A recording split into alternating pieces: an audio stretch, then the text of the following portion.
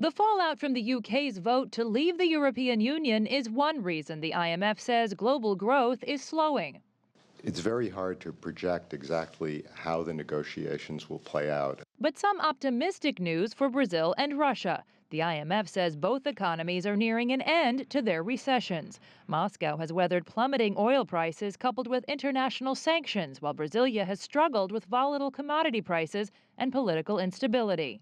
It will be important to complement the reform effort with policies to deal with the structural bottlenecks, such as alleviate infrastructure bottlenecks, ease the make the tax system less complicated.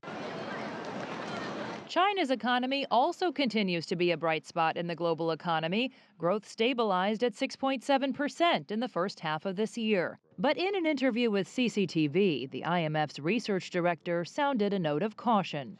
IMF has kept the same projection for China's economic growth for 2016 and 2017. What does this message mean to China and to the world? We're optimistic for the near term, but over the medium term, we are less optimistic. There can be resource misallocation if growth is supported by propping up sectors where there's excess capacity. As for emerging economies, the IMF predicts that lower commodity prices are here to stay.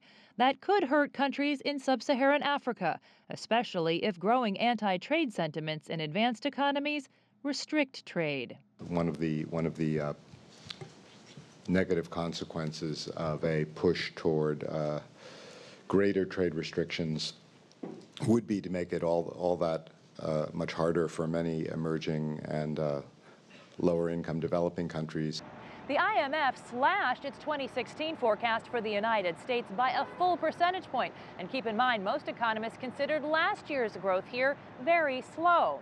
The fund blames cutbacks in the energy industry and a strong dollar for hurting exports. Jessica Stone, CCTV, Washington.